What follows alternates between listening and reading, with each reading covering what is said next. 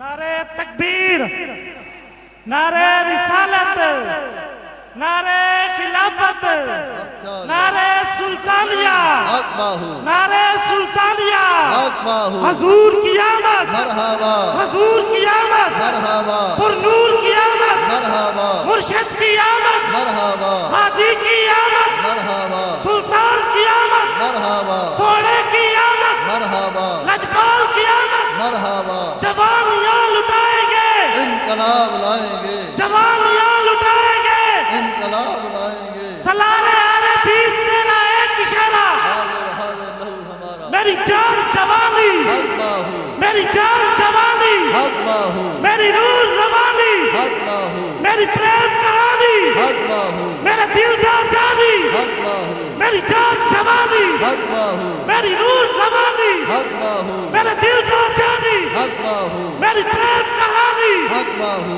جوانیاں لٹائیں گے، انقلاب لائیں گے، جوانیاں لٹائیں گے، انقلاب لائیں گے، جوانیاں لٹائیں گے، انقلاب لائیں گے۔ سلارے عارفین تیرا ایک اشارہ، حاضر حاضر لہو ہمارا، سلارے عارفین تیرا ایک اشارہ، حاضر حاضر لہو میری ہمارا، جان جوانی، حق باہو، میری جان جوانی، حق باہو، میری روح روانی، حق باہو، میری پریم کہانی، حق باہو، میرے دل دا جانی، حق باہو، حضور کی آمد، مرحبا، پر نور کی آمد، مرحبا، سلطان کی آمد، مرحبا، ہادی کی آمد، مرحبا، مرشد کی آمد، مرحبا، سونے کی آمد، مرحبا، سونے کی آمد، مرحبا، غمخوار کی آمد، مرحبا۔ نعرہ تکبیر، اللہ اکبر، نعرہ یا رسالت، رسول اللہ، نعرہ رسالت، یا رسول اللہ، نعرہ حیدری، نعرہ غوثیہ، نعرہ سلطانیہ، حق باہو، نعرہ سلطانیہ، حق باہو، اصلاحی جماعت، زندہ بانی اصلاحی جماعت، باد، اصلاحی جماعت، سرکار کی آمد، مرحبا، منٹھار کی آمد، مرحبا، منٹھار کی آمد، مرحبا، مکی کی آمد، مدنی کی آمد، مرحبا، نعرہ سلطانیہ، حق باہو، نعرہ سلطانیہ، حق باہو، سرکار کی آمد، مرحبا، منٹھار کی آمد، مرحبا، غمخوار کی آمد، مرحبا، لجدار کی آمد، مرحبا، نعرہ سلطانیہ، حق باہو، جانشین سلطان و فقر حضرت سخی سلطان محمد علی صاحب، زندہ باد، نعرہ سلطانیہ، حق باہو، سلارے عارفین،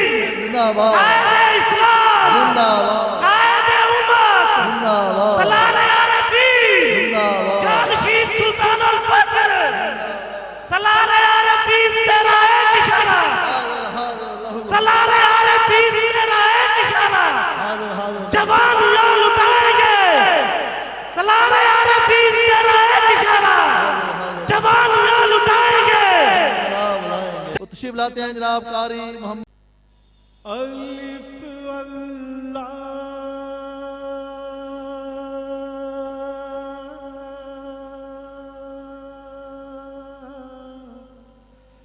چمپے دی بوٹی میرے من وچ مرشد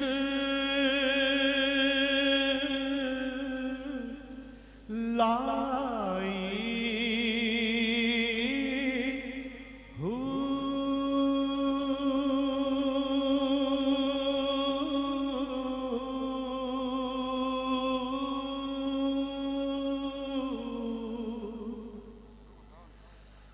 نفی اسبات دا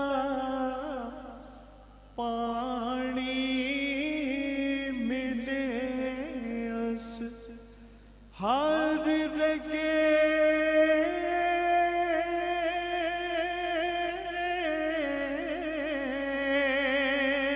ہر جائی ہو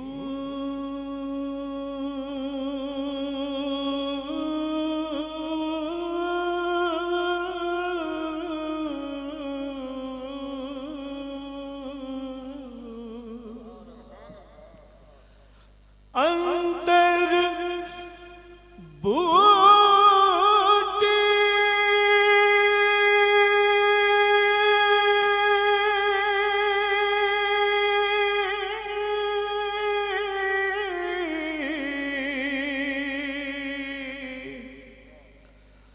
مشک مچایا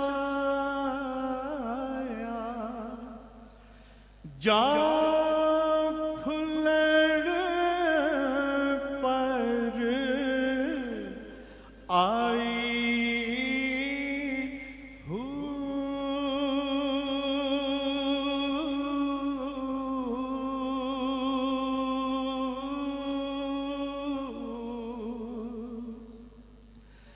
جیوے مرشد جیوے کامل مرشد باہو جے بوٹی لائی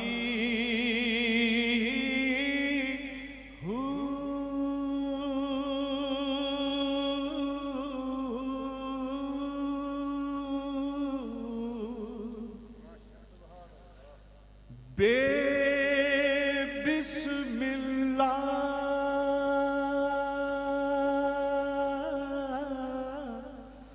اسم اللہ دا اے بھی گینا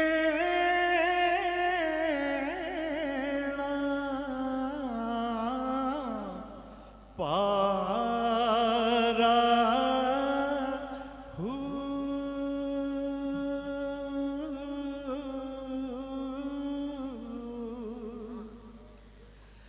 نال شفاعت سرور عالم چھٹ سی عالم سارا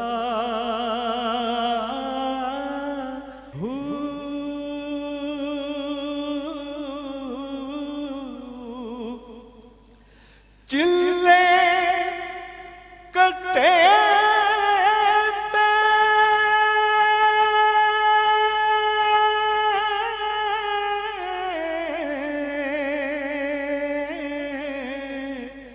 کچھ نہ کھٹیا کی لینا چلیا وڑ کے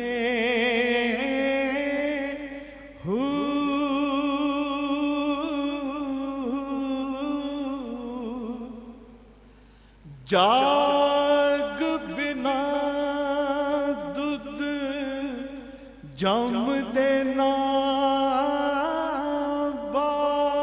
باہو پاویں لال ہو من کڑ کے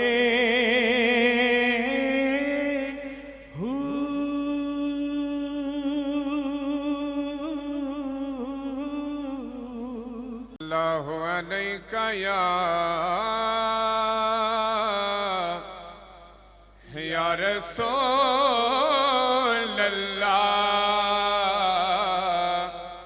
وسلم علیک یا حبیب اللہ صلی اللہ علیک یا رسول اللہ وسلم علیک یا حبیب اللہ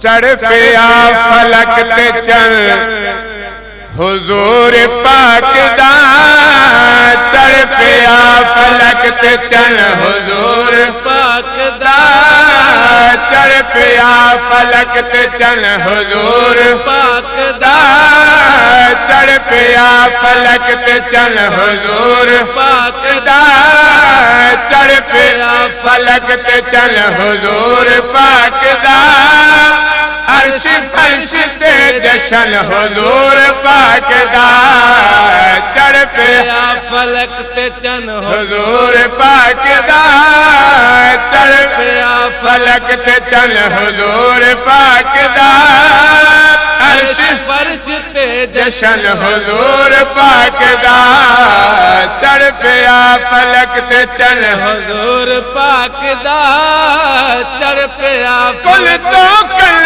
دنے والا آیا کل تو کن دن والا آیا ہر تھاں کرنے اجالا آیا کل تو کل دنے والا والا ہر تھاں کرنے اجالا آیا نور نور ہے بدن حضور پاک دا نور نور ہے بدن حضور پاک دا نور نور ہے بدن حضور پاک دا عرش فرش تے جشن حضور پاک دا چڑھ پیا فلک تے چل حضور پاک دا چڑھ پیا فلک تے چل حضور پاک دا عرش فرش تے جشن حضور پاک دا روشن روشن عالم سارا روشن روشن عالم سارا گیا عربی راج دلارا روشن روشن عالم سارا گیا عربی راج دلارا ذکر ہے چمن چمن حضور پاک دا ذکر ہے چمن چمن حضور پاک دا ذکر ہے چمن چمن حضور پاک دا عرش فرش تے جشن حضور پاک دا چڑھ پیا فلک تے چن حضور پاک دا چڑھ پیا فلک تے چن حضور پاک دا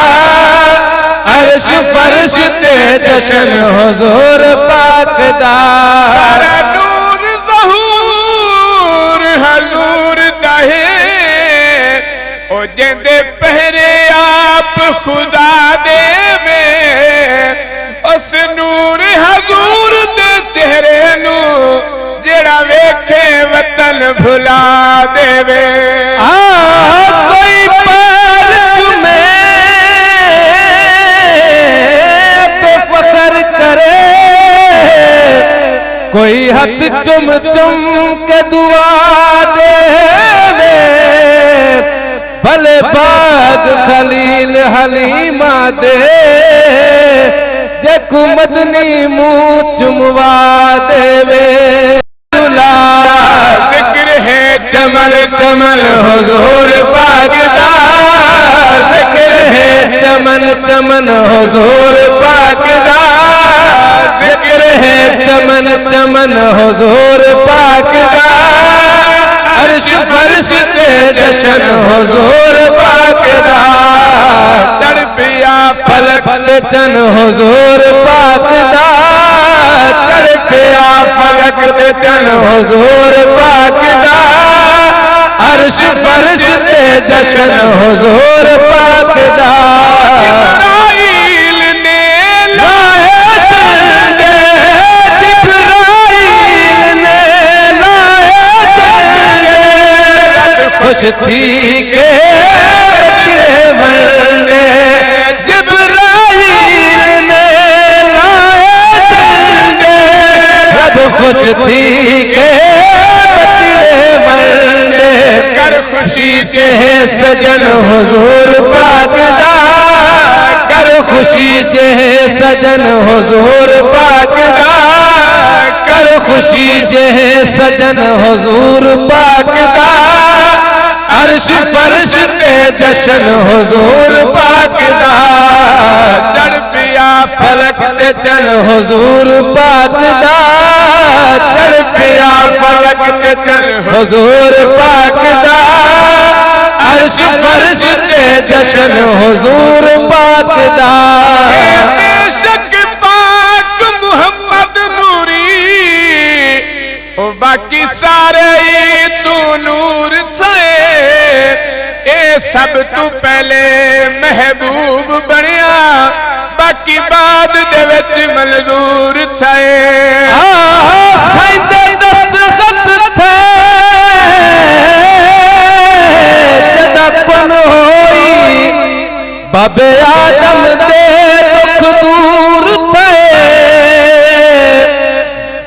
دلچسپ کمال دلچسپ صدیق کمال ہی ہووے اول تے آخر ظہور تھے تشریف ستے بھل نہ جامی بشری میں بھل نہ جامی اپنے ورگا سمجھ نہ بامی ہے من اللہ وطن حضور پاک دا ہے من اللہ وطن حضور پاک دا ہے من اللہ وطن حضور پاک دا عرش فرش تے جشن حضور پاک دا چل پیا فلک تے چل حضور پاک دا چل پیا فلک تے چل حضور پاک دا عرش فرش تے جشن حضور پاک دا سب موج دے لگے آئے سب موج دے لگے آئے سرور موجدہ بن کے آئے او سب موج دے لگے آئے سرور موجدہ بن کے آئے موجدائے ہر سخن حضور پاک دا موجدائے ہر سخن حضور پاک دا موجدائے ہر سخن حضور پاک دا عرش فرش تے جشن حضور پاک دا چل پیا فلک تے چن حضور پاک دا چل پیا فلک تے چن حضور پاک دا عرش فرش تے جشن حضور پاک دا ونصلي على رسوله الكريم اما بعد فاعوذ بالله من الشيطان الرجيم بسم الله الرحمن الرحيم ولا تطع من اغفلنا قلبه عن ذكرنا صدق الله العظيم وصدق رسوله النبي الكريم ان الله وملائكته يصلون على النبي يا ايها الذين آمنوا صلوا علیہ وسلموا تسلیما. تمام احباب آواز بلند درود شریف پڑھ لیں. الصلاۃ والسلام علیک یا سیدی یا رسول اللہ وعلی آلک و اصحابک یا سیدی یا حبیب اللہ یا محبوب اللہ یا محمد رسول اللہ صلی اللہ علیہ وسلم.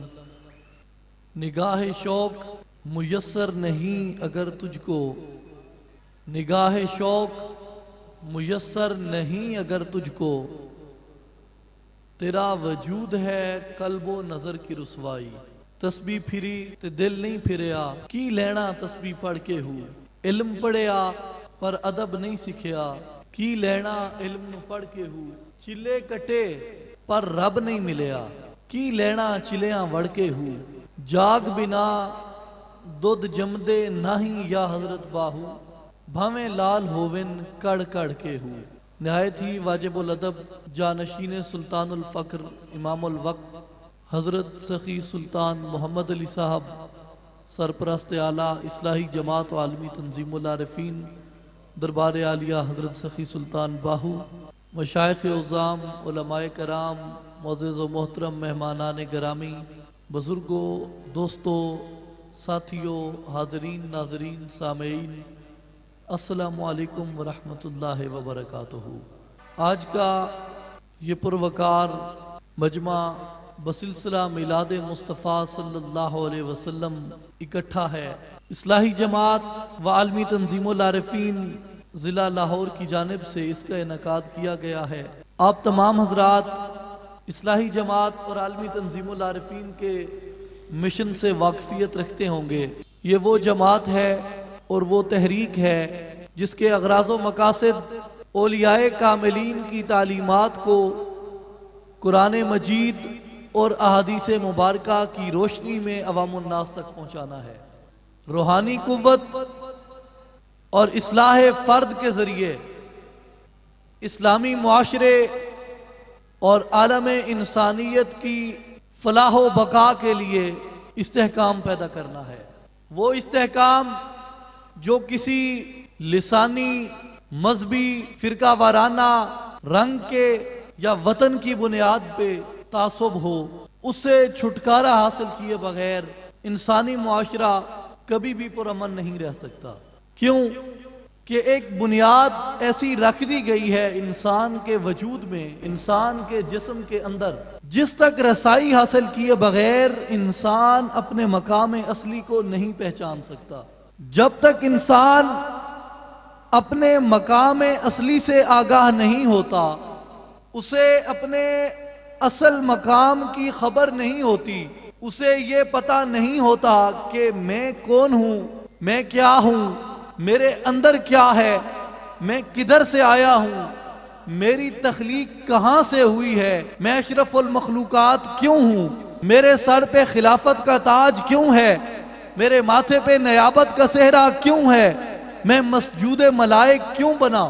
جب تک انسان پہ یہ راز آشکار نہیں ہوتا، جب تک انسان اس چیز کی حقیقت کو، اس چیز کی گہرائی کو نہیں پا لیتا، یہ مادیت کے، نفسانیت کے، شیطانیت کے گھٹا ٹوپ اندھیروں میں یوں ہی ٹامک ٹوئیاں لگا کے خدا کی زمین پہ فتنہ فساد برپا کیے رکھتا ہے۔ اس فتنے کو، فساد کو، منافقت کو، حسد کو، تکبر کو، جھوٹ کو، کینے کو، بغض کو، قتل و غارت کو، خون ریزی کو، عصمت دری کو روکنے کا فقط اور فقط ایک ہی حل ہے کہ انسان اپنے باطن میں جھانکے، انسان اپنے قلب کی طرف متوجہ۔ کہ فقط میں کہہ رہا ہوں تو ایک بات ٹھوس ہو گئی ہے، نہیں، اس پہ قرآن پاک کے دلائل ہیں، بڑی وضاحت کے ساتھ اللہ نے قرآن میں فرما دیا۔ اور اس آیت کریمہ میں اگر آپ دیکھیں تو خدا نے ہماری عام یعنی عمومی زندگی کا بھی ایک معیار مقرر فرما دیا ہے،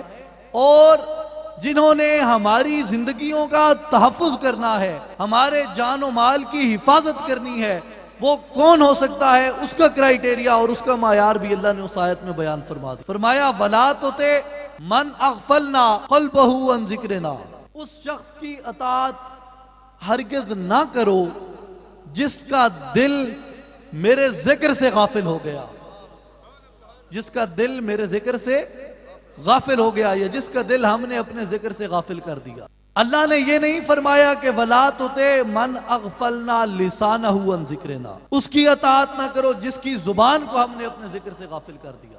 نہیں، اللہ نے فرمایا ہے اس کی اطاعت نہ کرو، اس کی پیروی نہ کرو، اس کی اقتداء نہ کرو، اس کے پیچھے مت جاؤ جس کے دل کو ہم نے اپنے ذکر سے غافل کر دیا۔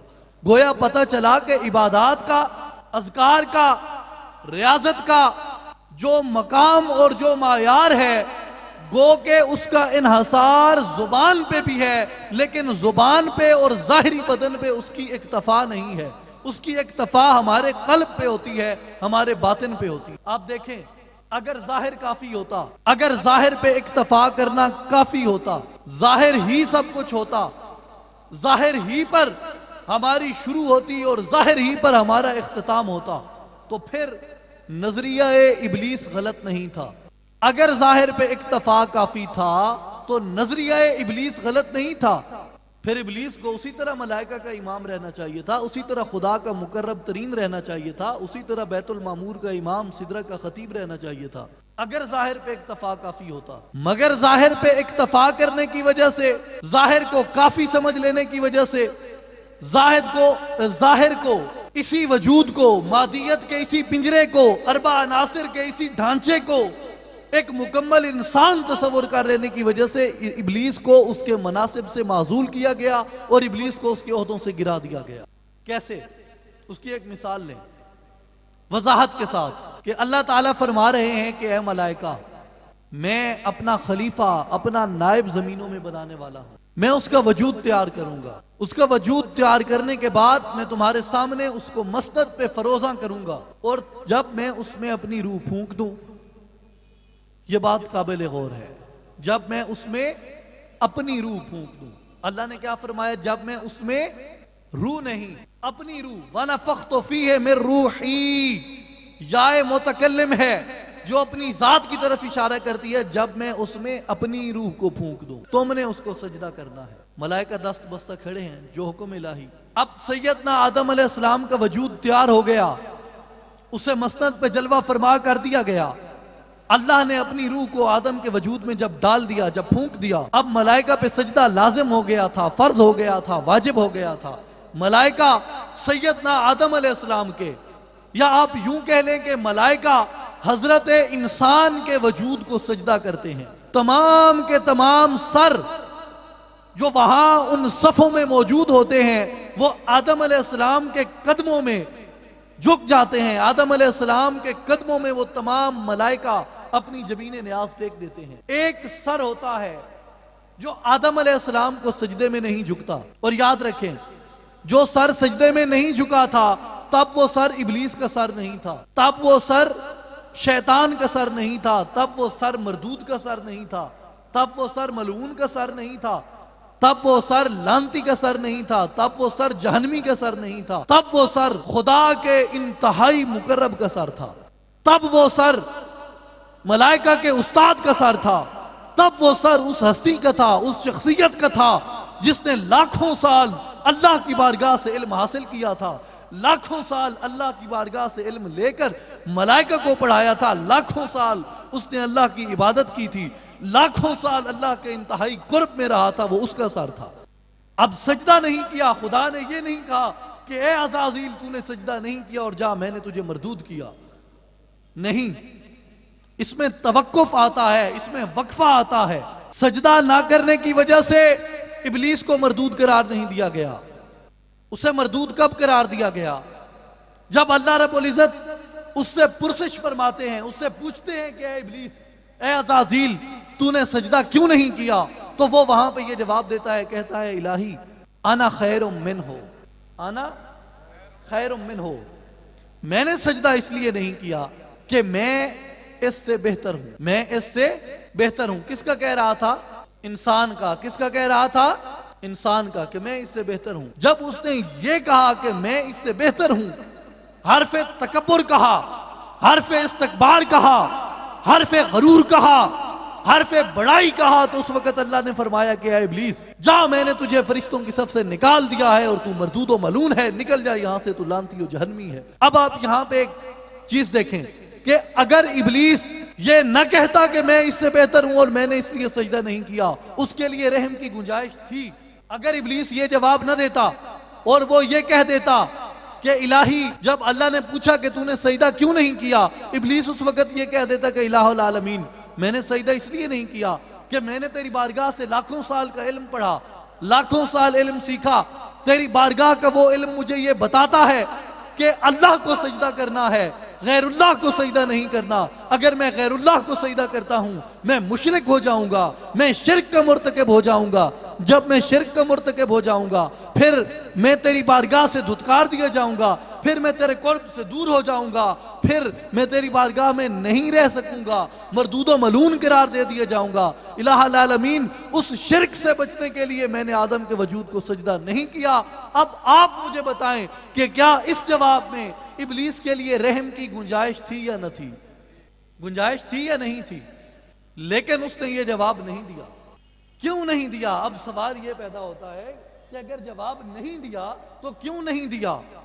کیا چیز تھی جس نے اس کو سجدہ کرنے سے روک دیا، جس نے اسے یہ جواب دینے پہ مجبور کیا؟ وہ اس کی کون سی صفت ہے؟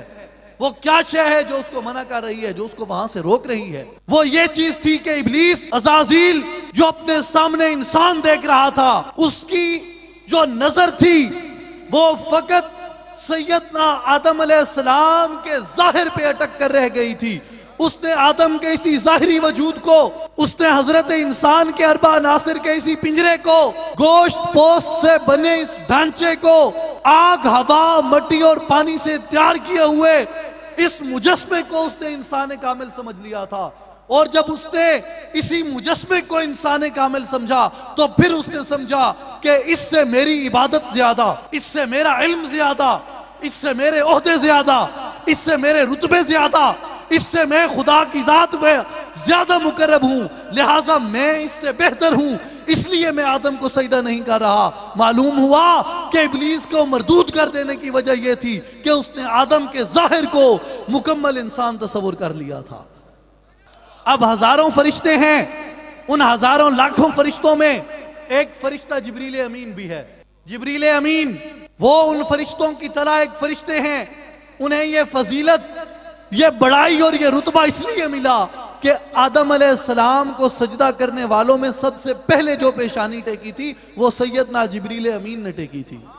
اب یہ چیز، اب ابلیس نے انکار کیا، مردود و ملعون قرار دے دیا اسے، اور جبریل جو عام فرشتوں کی طرح ایک فرشتہ ہے، لیکن جب وہ سجدہ کرتا ہے سب سے پہلے، پھر ابلیس کو ترک کر دیا جاتا ہے، اس سب سے نکال دیا جاتا ہے۔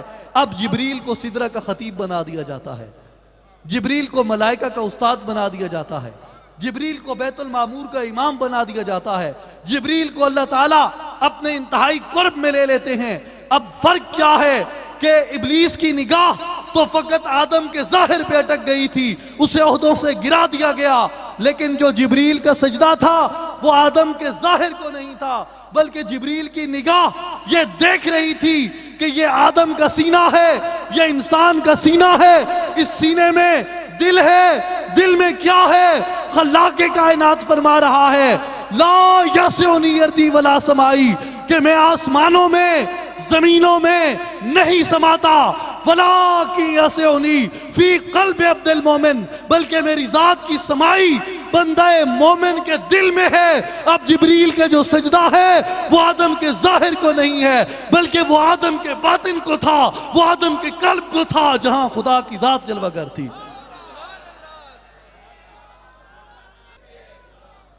میرے بھائیوں اور میرے دوستو، ذرا اس بات کو اب سمجھیں کہ فقط جو انسان کے ظاہر کو ہی انسان کامل سمجھ لیتا ہے، وہ کس کی ڈگر پہ چل رہا ہے؟ آپ خود فیصلہ کیجئے، وہ کس کے بتائے ہوئے راستے پہ چل رہا ہے؟ جو انسان کے ظاہر کو ہی تمام سمجھ لیتا ہے، جو انسان کے ظاہر کو ہی ابتدا و انتہا سمجھ لیتا ہے، جو انسان کے ظاہر کو ہی زندگی کا دار و مدار سمجھ لیتا ہے، جو انسان کے ظاہر کو ہی اس دنیا میں رہنے کا اور اس دنیا میں جانے کا ایک معیار مقرر کر دیتا ہے، وہ ابلیس کے بتائے ہوئے راستے پہ چل رہا ہے۔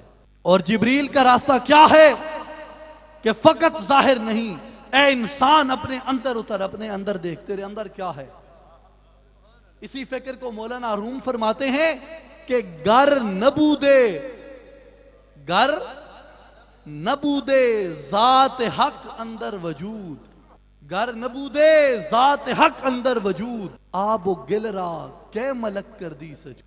اگر اللہ کی ذات آدم کے دل میں جلوہ گر نہ ہوتی تو مٹی اور پانی کو فرشتے کیسے سجدہ کرتے؟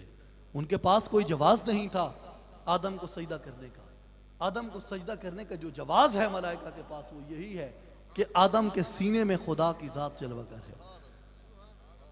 اب ہم اس ظاہر میں جب دیکھتے ہیں تو اس ظاہر کو مادی سفلی کثیف جسم کہتے ہیں اصطلاح تصوف، اور ہمارے باطنی جسم کو علوی روحانی لطیف جسم کہتے ہیں۔ جس طرح اس ظاہر کی تعلیم و تربیت کے لیے ظاہر کا علم ہونا ضروری ہے، ظاہر کی تعلیم و تربیت کے لیے، ظاہر کی نشو و نما کے لیے ہمیں ظاہری غذا کا اور خوراک کا استعمال کرنا نہایت ضروری ہے۔ ظاہر کے پروقار اور باعزت رہنے کے لیے ہمیں صفائی اور پاکیزگی کی ضرورت ہے، اور اگر ہم اپنے باطن کی طرف جب جاتے ہیں تو اس کے لیے ہمیں باطنی غذا کی ضرورت، ہمیں باطن کی تعلیم و تربیت کی ضرورت، ہمیں باطن کی اصلاح کی ضرورت ہے۔ ہمیں باطن کی ادویات کی ضرورت ہے جب ہمارا باطنی وجود بیمار ہو جائے۔ اولیاء کرام نے جو تعلیمات دی ہیں وہ یہی کہتے ہیں کہ اے انسان آ جھانک چاکے گریباں میں بھی کبھی، آ جھانک چاکے گریباں میں بھی۔ گریباں کو چاک کریں تو نیچے کیا ہے؟ سینہ۔ گریباں کو چاک کریں تو نیچے کیا ہے؟ سینہ۔ اور سینے کے اندر کیا ہے؟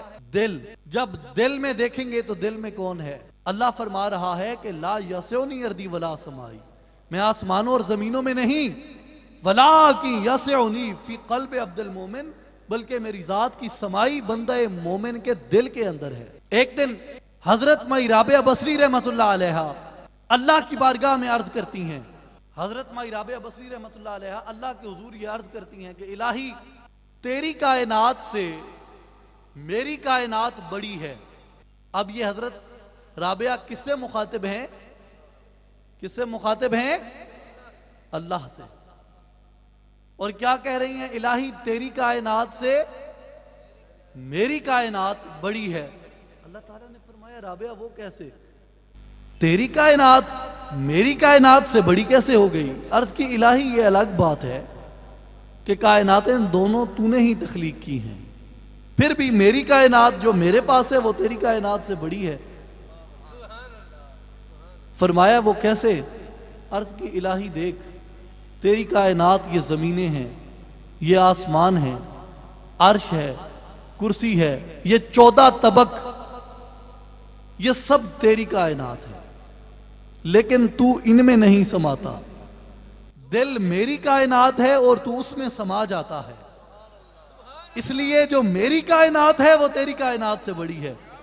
اب دل وہ کائنات ہے جس میں پروردگار کی ذات رہتی ہے۔ اب اگر ہم نے دل کو نہیں ٹٹولا، دل کو نہیں زندہ کیا، تو خدا نے قرآن میں کیا فرمایا؟ فرمایا وَلَقَدْ ذَرَأْنَا لِجَهَنَّمَ كَثِيرًا مِنَ الْجِنِّ وَالْإِنسِ، کثیر تعداد جنوں اور انسانوں کی ایسی ہے جن کا ٹھکانہ جہنم ہوگا۔ کیوں جہنم ہوگا؟ ان کا قصور کیا ہے؟ فرمایا لَهُمْ قُلُوبٌ لَا يَفْقَهُونَ بِهَا، میں نے انہیں دل عطا کیے ہیں، وہ اپنے دلوں سے بے خبر ہیں، اس لیے ان کا ٹھکانہ جہنم ہوگا۔ اب قابل غور بات یہ ہے جو اصلاحی جماعت اور عالمی تنظیم العارفین کا مشن ہے کہ دل کی باخبری کیا ہے اور دل کی بے خبری کیا ہے۔ آپ تمام ذی شعور لوگ بیٹھے ہیں، پڑھے لکھے لوگ بیٹھے ہیں، اس بات کو سمجھیے گا کہ دل کی باخبری کیا ہے اور دل کی بے خبری کیا ہے۔ دل سے بے خبر کا ٹھکانہ جہنم اللہ نے بیان فرما دیا، اور ظاہر ہے جب بے خبر جہنم میں جائے گا تو باخبر کی بخشش ہو جائے گی۔ اب دل کی باخبری کیا ہے اور دل کی بے خبری کیا ہے؟ دل کی بے خبری اب آپ لیں، ایک شخص ہے وہ ایک دور افتادہ کسی بالکل جسے ہم بیکورڈ کہتے ہیں، وہ ایک بالکل بیکورڈ ایک علاقے میں رہتا ہے، ایک بالکل آخری کونے کے ایک دیہات میں رہتا ہے جہاں کوئی تعلیم نہیں ہے، کوئی شعور نہیں ہے، وہ اپنی صحت کو نہیں جانتا، اپنے جسم کو نہیں جانتا، اسے بس یہی پتا ہے کہ میں نے کھا پی کے زندہ رہنا ہے، ہاتھوں سے کام کرنا ہے اور پاؤں سے چلنا ہے اور زبان سے بولنا ہے اور کانوں سے سننا ہے، لیکن اسے اپنے اندر کا نظام نہیں پتا کہ میرے گردے ہیں نہیں ہیں، گردے ہیں تو کدھر ہیں، ان کا کام کیا ہے، پھیپھڑے ہیں نہیں ہیں تو کدھر ہیں، ان کا کام کیا ہے، میدا ہے نہیں ہے تو اس کا کام کیا ہے، دل ہے نہیں ہے اس کا کام کیا ہے، ہوتا کدھر ہے یہ اسے نہیں پتا۔ اب وہ دل سے بے خبر ہے، دل سے بے خبر ہے، لیکن وہ نماز پڑھتا ہے، روزہ رکھتا ہے، تسبیحات ادا کرتا ہے، اذکار و وظائف کرتا ہے، خدا ترسی کرتا ہے، خدا کے ذکر میں مگن رہتا ہے، ہر وقت باوضو، ہر وقت صاف ستھرا پاکیزہ ہو کر رہتا ہے۔ اب کیا اس کا ٹھکانہ جہنم ہوگا؟ کیوں بھائی اس کا ٹھکانہ جہنم ہوگا؟ تھوڑا سا بول دیں، اونچا نہیں، تھوڑا آہستہ بول دیں، اس کا ٹھکانہ جہنم ہوگا۔ خدا تو کہہ رہا تھا کہ جو دل سے بے خبر ہے اس کا ٹھکانہ جہنم ہوگا۔ اب دل کی بے خبری کیا ہے؟ اب آپ دوسری طرف آئیں، ایک شخص ہے وہ ڈاکٹر ہے، اس نے کئی سال امراض قلب کی مہارت میں صرف کیے ہیں، ماہر امراض قلب ہے، دل کی بیماریوں کا ڈاکٹر ہے، سائنس کے ساتھ ٹیکنالوجی کے ساتھ وہ علاج کرتا ہے۔ اب اس کے پاس ایک مشین ایسی ہے کہ جس کے کچھ آلے وہ ہمارے سینے پہ لگاتا ہے، ہمارے بازوؤں پہ لگاتا ہے، ہماری ٹانگوں پہ لگاتا ہے. ECG کی مشین میں ساری ہمارے قلب کی کیفیت کھل کے سامنے آ جاتی ہے. ایک تھوڑا سا محلول وہ ڈاکٹر ہمارے وجود میں انجیکٹ کرتا ہے اور اس کے کمپیوٹر کی سکرین پہ ہمارے دل کی چھوٹی چھوٹی نسیں، چھوٹی چھوٹی وینز، چھوٹی چھوٹی رگیں وہ دھڑکتی اور پھڑکتی اسے دکھائی دیتی ہیں. اب وہ دل سے باخبر ہے، دل سے باخبر ہے، لیکن اللہ کو نہیں مانتا، رسول اللہ کو نہیں مانتا، کتاب اللہ کو نہیں مانتا. کیا وہ جنتی ہے؟ دل سے تو وہ باخبر تھا، اب جہنمی کیوں ہوا؟ جو دل سے بے خبر ہے اسے کہہ رہے ہو کہ وہ جہنمی نہیں ہے، جو دل سے باخبر ہے اسے آپ کہہ رہے ہیں کہ وہ جنتی نہیں ہے. آپ کے پاس معیار کیا ہے باخبری اور بے خبری کا؟ قابل غور بات ہے میرے مسلمان بھائیوں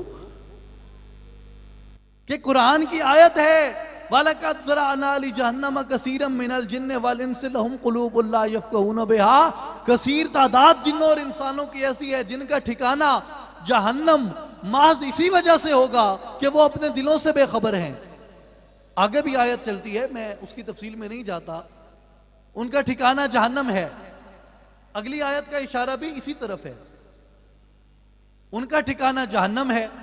اب دل کی باخبری کیا ہے اور بے خبری کیا ہے؟ باخبر کو تم جہنمی کہہ رہے ہو، بے خبر کو تم جنتی کہہ رہے ہو. تمہارے پاس معیار کیا ہوگا اس کا؟ میرے دوستو یاد رکھیں، دل گوشت کے اس لوتھڑے کا نام نہیں ہے. دل گوشت کے اس چھوٹے سے لوتھڑے کا نام نہیں ہے جس سے ہم نے بے خبر یا باخبر ہونا ہے. دل کیا ہے؟ عارفوں کے سلطان حضرت سلطان باہو رحمت اللہ علیہ فرماتے ہیں دل چیست دل وسیع از چہاردہ طبقات. دل کیا ہے؟ دل 14 طبقوں سے بھی زیادہ وسیع ہے. دل دریا سمندروں ڈونگے کون دلا دیاں جانے ہوں، وچے بیڑے وچے جھیڑے وچے ونج مہانے ہوں تے 14 طبق دل دے اندر تمبو وانگن تانے ہوں. کہ جس طرح ایک وسیع و عریض میدان ہو، ایک کھلا میدان ہو، اس میں کوئی اوٹ نہ ہو، کوئی ٹیلا نہ ہو، کوئی درخت نہ ہو، کوئی چھاؤں نہ ہو، تم اتنے بڑے وسیع و عریض میدان میں ایک چھوٹا سا تمبو گاڑ دو، اتنے بڑے میدان میں اس ایک چھوٹے سے تمبو کی کوئی حیثیت ہوگی؟ نہیں.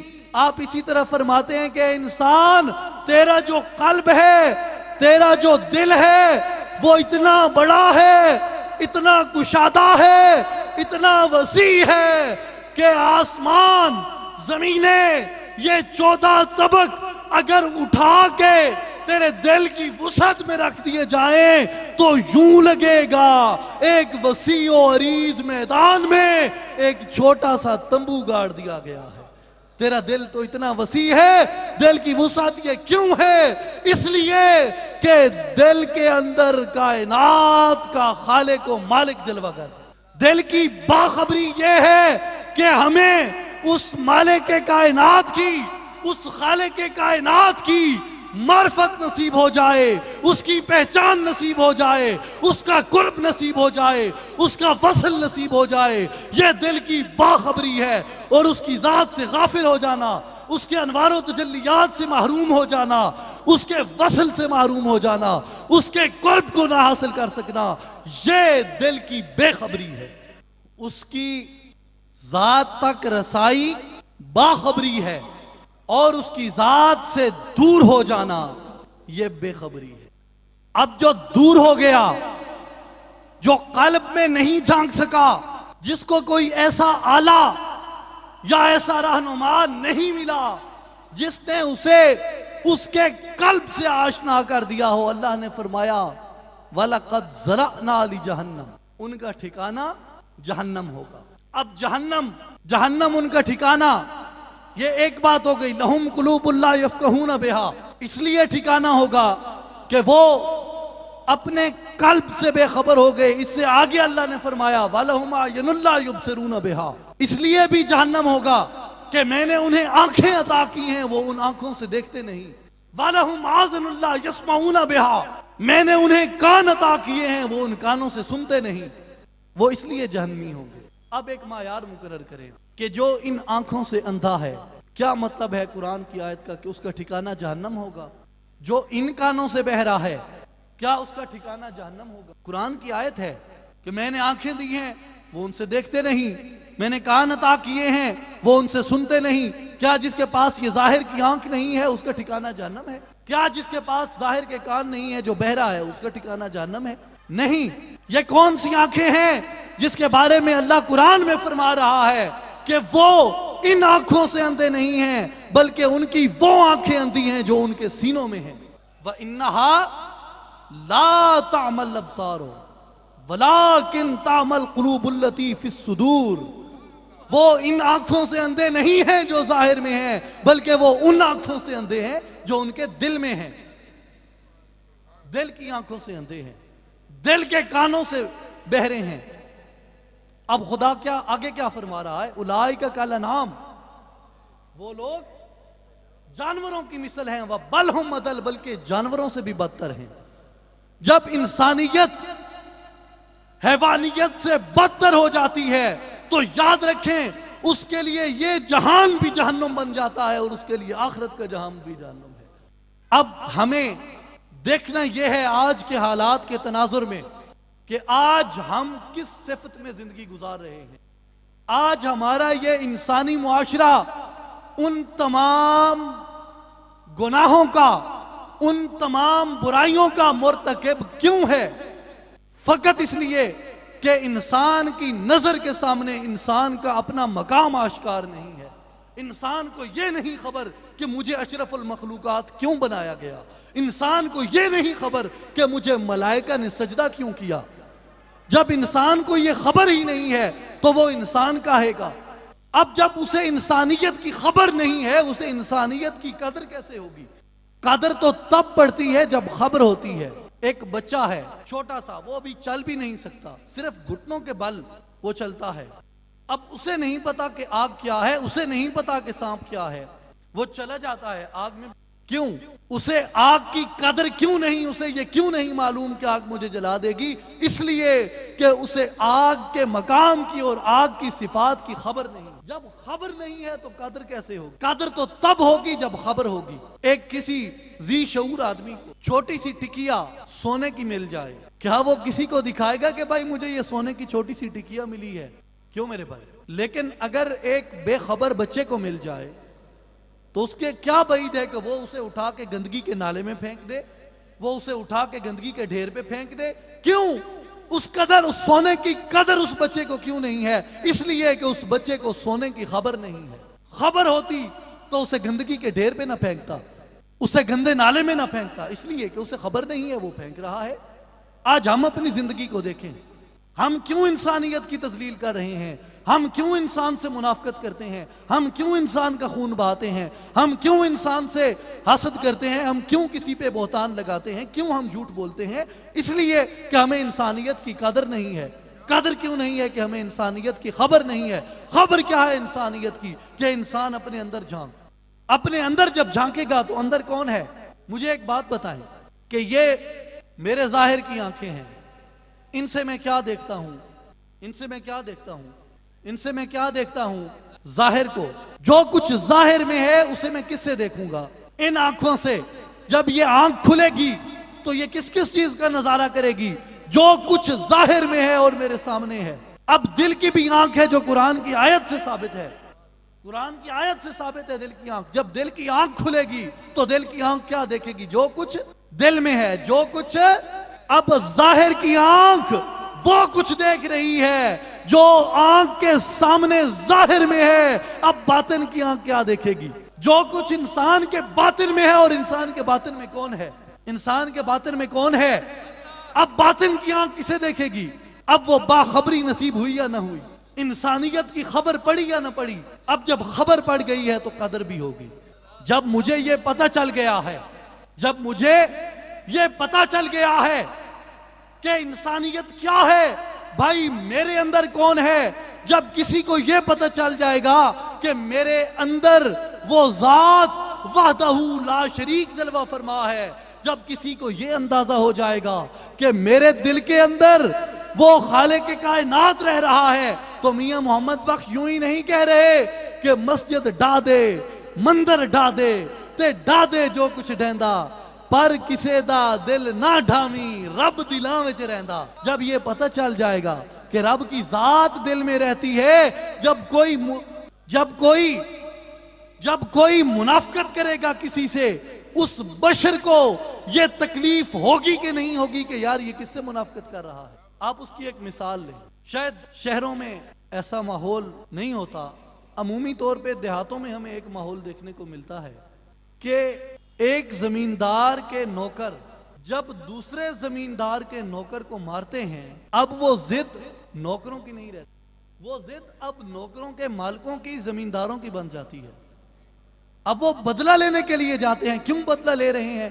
بھائی اس میرے نوکر تے ہاتھ چکے ہیں، انہیں میرے نوکر تے ہاتھ چکے ہیں، کچھ بھی سی نوکر تے میرا سی، کچھ بھی سی انہیں کوئی بھی غلطی کیتی ہے، انہیں کوئی بھی جرم کیتا ہے، نوکر تے میرا سی، انہوں نے ہاتھ کیوں چکے ہیں؟ بندہ غلام کو کہتے ہیں، عبد غلام کو کہتے ہیں۔ جب ہم عبد سے منافقت کریں گے تو وہ کس کی ذات سے ہم کر رہے ہیں؟ بھائی کچھ بھی ہو عبد تو اس کا ہے، کچھ بھی ہو عبد تو اس کا ہے۔ جب ہم کسی کو گالی دیتے ہیں تو ہم کسے گالی دیتے ہیں؟ ہم اسے نہیں گالی دے رہے ہوتے کہ جو سامنے کھڑا ہے۔ ہو سکتا ہے کہ جو نوکر کو گالی دے رہے ہیں وہ زمیندار اپنے پہ لے رہا ہو، بھائی نوکر تو میرا تھا۔ بندے کو جب ہم گالی دے رہے ہوتے ہیں تو ہمارے سامنے یہ بات نہیں آتی کہ یار اس کے اندر کون بیٹھا ہے۔ جب ہم بندے سے منافقت کر رہے ہوتے ہیں یہ خبر نہیں ہوتی کہ ہم کس سے منافقت کر رہے ہیں۔ جب کسی کو اس مقام کی خبر ہو جائے کہ میرے وجود یہ کیا ہے، دودھ وجود تیرے وچ سونا تے ایویں نظر نہ آوے، ریت وجود تیرے وچ سونا، یہ ریت کا وجود ہے، مٹی کا وجود ہے، ریت وجود تیرے وچ سونا ایویں نظر نہ آوے۔ کیسے نظر آتا ہے؟ حضور سلطان العارفین فرماتے ہیں کہ راتیں جاگیاں کچھ نہیں بندا جے مرشد جاگ نہ لائی۔ اس کے لیے جب ایک نگاہ کامل ہمارے قلب پہ پڑتی ہے، ہمارا قلب بیدار اور زندہ ہو جاتا ہے۔ جب ہمارا قلب زندہ و بیدار ہو جاتا ہے، اب ہمیں اپنے قلب کی خبر ہو جاتی ہے۔ جب اپنے قلب کی خبر ہوتی ہے گویا ہمیں انسانیت کی خبر ہو گئی ہے۔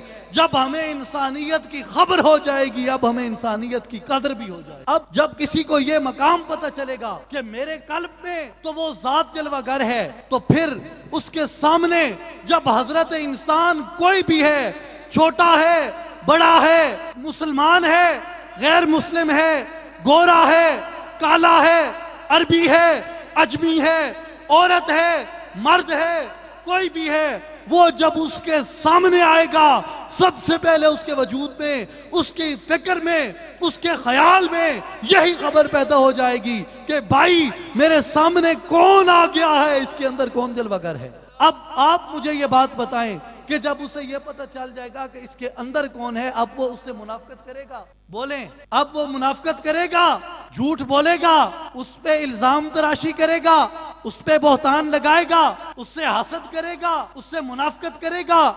کیوں نہیں؟ کیونکہ اسے انسانیت کی خبر ہو گئی ہے، اپنے اندر کے مقام سے آشنائی نصیب ہو گئی۔ اب آپ اس سے تھوڑا آگے بڑھیں، میں بالکل آخری گزارشات عرض کر رہا ہوں، تھوڑا سا زندہ اور جاگ کر بیٹھیں کہ اس کا دائرہ آپ تھوڑا سا وسیع کریں۔ فرد سے بات چلی ہے، فرد سے ہی آگے بڑھنی ہے، فرد سے اس نے معاشرے تک جانا ہے۔ جب یہ اہل محفل جتنے بھی بیٹھے ہیں، میں خدا کے حضور یہ دعا کرتا ہوں کہ اللہ ہم سب کو انسانیت کے اس مقام سے آشنائی عطا فرمائے۔ جب ہم اہل محفل کو وہ آشنائی نصیب ہو جائے گی تو اب ہم جہاں بھی ہوں گے، جیسے بھی ہوں گے، کہیں بھی ہوں گے، کیا ہم کسی سے منافقت کریں گے؟ فقط اس کی ذات کو سامنے رکھ کے کہ یار اس کے اندر کون ہے؟ پروردگار۔ اب ہم اس سے منافقت کریں گے؟ بڑے خاموش ہو گئے، لگتا ہے ڈر گئے ہیں۔ کیا ہم اس سے منافقت کریں گے؟ بہتان لگائیں گے، حسد کریں گے، کینہ رکھیں گے، تکبر کریں گے، قتل و غارت کریں گے، فتنہ فساد کریں گے؟ نہیں۔ اصلاح ہوئی یا نہیں ہوئی؟ لیکن کہاں سے ہوتی ہے یہ اصلاح؟ یہ اصلاح فقط نگاہ سے ہوتا ہے فیصلہ دل کا۔ خرد کے پاس خبر کے سوا کچھ اور نہیں، اور تیرا علاج نظر کے سوا کچھ اور نہیں۔ اس کے لیے کسی نگاہ کامل کی ضرورت ہے۔ اب آپ تھوڑا سا آگے آئیں، آپ اہل محفل سے نکلیں اور لاہور کا احاطہ کر لیں۔ اگر اہلیان لاہور کے اندر یہ خبر پیدا ہو جاتی ہے، یہ قدر پیدا ہو جاتی ہے کہ میاں میں صرف اسی مادی وجود کا ڈھانچہ نہیں ہوں، جو مسجود ملائک انسان تھا وہ تو اس کے اندر ہے۔ مجھے ایک شعر یاد آ رہا ہے اقبال کا کہ الجھن نہ ہو تجھے تو کھول کر کہہ دوں ذرا، وجود حضرت انسان نہ روح ہے نہ بدن۔ جب اہلیان لاہور میں یہ فکر پیدا ہو جائے گی، یہ شعور آ جائے گا، یہ خبر آ جائے گی، ہوگا انسانیت کی قدر آ گئی ہے۔ اب آپ تھوڑا سا اس کا دائرہ اور وسیع کریں، اب آپ پاکستان کا احاطہ کر لیں، آپ پاکستان کا احاطہ کر لیں۔ جب اہلیان پاکستان اس شعور سے آشنا ہو جائیں گے، اپنے قلب سے آشنا ہو جائیں گے، اس نسخہ کیمیا سے اپنے ظاہر و باطن کو زندہ کر دیں گے، کیونکہ زندگی زندہ دلی کا نام ہے، مردہ دل کیا خاک۔ جب اہلیان پاکستان کو وہ انسانیت کا شعور، وہ روحانی شعور انسانیت کا پتہ چل جائے گا، اب کیا پورے پاکستان میں منافقت رہے گی؟ رہے گی؟ مجھے مشکوک مت کریں، تھوڑا اونچا بول دیں، منافقت رہے گی؟ کہیں کوئی فتنہ فساد ہوگا؟ کوئی جھوٹ، کینہ، بغض، تکبر، حسد ہوگا؟ کوئی فتنہ فساد، کوئی قتل و غارت ہوگی؟ نہیں ہوگی۔ کیوں نہیں ہوگی؟ کہ انسان کا وہ روحانی شعور بیدار ہو گیا۔ اب میں آپ کو ایک تاریخی اعلان کر دوں آج یہاں پہ، ذہن نشین کر لیں یہ بات، کہ یہ تنظیم اور یہ تحریک، اس کا دائرہ کار فقط متوسلین، معتقدین اور مریدین حضرت سلطان بہو تک محدود نہیں ہے۔ اس کا دائرہ، اس کی اصلاح کا دائرہ فقط اور فقط اہل سنت والجماعت بریلویوں تک محدود نہیں ہے۔ اس کا دائرہ فقط کلمہ گو مسلمانوں تک نہیں ہے، بلکہ اس کا دائرہ، اس کی دعوت، یہ فکر پوری عالم انسانیت کے لیے ہے، کیونکہ میرے سلطان باہو نے یہ اعلان فرما دیا ہے کہ ہر کے طالب حق بود من حاضرم، کہ دنیا میں کوئی بھی، کہیں بھی، جیسا بھی، جو بھی اللہ کی ذات کا طالب ہے، آپ فرماتے ہیں سلطان باہو کا دروازہ اس کے لیے کھلا ہے۔ اور یہ بات آپ ذہن میں رکھیں کہ ہماری یہ دعوت عالم انسانیت کے لیے ہے۔ حضرت نظام الدین اولیاء رحمت اللہ علیہ، آپ پہ علماء وقت نے ایک مقدمہ کر دیا اور بادشاہ وقت کی عدالت میں پیش کیا کہ جناب یہ مشرکین کے لیے دعائیں مانگتے ہیں، یہ مشرکین کی خیر۔ ہندو آتے تھے، مسلمان بھی آتے تھے، سکھ بھی آتے تھے حضرت نظام الدین اولیاء، آپ سب کے لیے دعا، سب آپ کی درگاہ سے، آپ کے آستانہ سے، آپ کی بارگاہ سے اللہ کی عطا کی ہوئی توفیق کے صدقے وہ اپنی جھولیاں بھر کے جاتے۔ اب علماء نے کہہ دیا کہ جناب یہ تو مشرکین کے لیے دعائیں کرتے ہیں، یہ تو مشرکین کی خیر و بقا چاہتے ہیں۔ حاکم وقت نے اپنے دربار میں طلب کر لیا اور اللہ کا وہ محبوب بندہ مجرم کی حیثیت میں بادشاہ کی عدالت میں، بادشاہ کے سامنے کٹہرے میں کھڑا۔ اب وہاں پہ وہ یہ کہتے ہیں، مقدمہ پڑھا گیا، سنایا گیا تفصیل کے ساتھ۔ بادشاہ نے کہا کہ آپ مشرکین، آپ پہ الزام ہے کہ آپ نظام الدین اولیاء علیہ رحمہ نے کہا کہ میں مشرکین کے لیے دعا نہیں مانگتا۔ انہوں نے کہا کہ آپ کفار کے لیے دعا مانگتے ہیں۔ آپ نے کہا میں کفار کے لیے دعا نہیں مانگتا۔ انہوں نے کہا آپ ہندوؤں کے لیے دعا مانگتے ہیں؟ آپ نے فرمایا نہیں۔ آپ سکھوں کے لیے دعا مانگتے ہیں؟ آپ نے کہا نہیں۔ پھر انہوں نے کہا کہ آپ عیسائیوں کے لیے دعا مانگتے ہیں؟ آپ نے کہا نہیں۔ انہوں نے کہا آپ مسلمانوں کے لیے دعا مانگتے ہیں؟ آپ نے جواباً فرمایا جی نہیں۔ اب کیس آپ کے خلاف مضبوط ہو گئی۔ آپ کرتے تھے، ہر کسی کو پتا تھا کہ آپ دعا مانگتے ہیں، لوگ جھولیاں بھر بھر کے جا رہے ہیں فیض۔ تو انہوں نے کہا جناب، آپ نے فرمایا میں کسی ہندو کے لیے، کسی مشرک کافر کے لیے، کسی مسلمان کے لیے، کسی مومن کے لیے دعا نہیں مانگ۔ میرے پاس جو بھی آتا ہے میں نے دعا کا معیار یہ رکھا ہے کہ پہلے یہ دیکھتا ہوں کہ یہ میرے یار کی مخلوق ہے یا نہیں ہے۔ جب مجھے یہ تصدیق ہوتی ہے کہ یہ میرے یار کی ہی مخلوق ہے، یہ پروردگار کی مخلوق ہے، تو پھر میں بلا امتیاز، بلا تفریق اس کے لیے دعا مانگتا ہوں۔ یہ اولیاء کرام کا مشن ہے، یہ عالم انسانیت کے لیے ہے۔ اب ہم نے احاطہ کیا تھا پاکستان کا، اب آپ تھوڑا سا اس کا احاطہ مزید وسیع کریں، عالم انسانیت کے اندر آپ اس بات کو لے جائیں۔ عالم انسانیت کے اندر، دنیا کے تمام افراد کے اندر، افراد کے ہاتھوں میں ہے اقوام کی تقدیر۔ ہر فرد ہے ملت کے مقدر کا ستارہ۔ جب ایک ایک فرد کے پاس، ایک ایک انسان کے پاس یہ شعور کی روشنی جب پہنچ جائے گی، اب آپ مجھے بتائیں کہ کیا پوری دنیا کے اندر، پوری انسانی کائنات کے اندر کیا فساد ہوگا؟ کوئی منافقت ہوگی؟ کوئی جھوٹ، تکبر، حسد ہوگا؟ کوئی قتل و غارت ہوگی؟ کہیں عصمت دری ہوگی؟ دنیا میں امن آ جائے گا، دنیا میں استحکام آ جائے گا۔ اس کا طریقہ کیا ہے؟ فقط اور فقط یہ ہے کہ اپنے قلب کی طاقت کو، اپنی روحانی طاقت کو زندہ اور بیدار کرو۔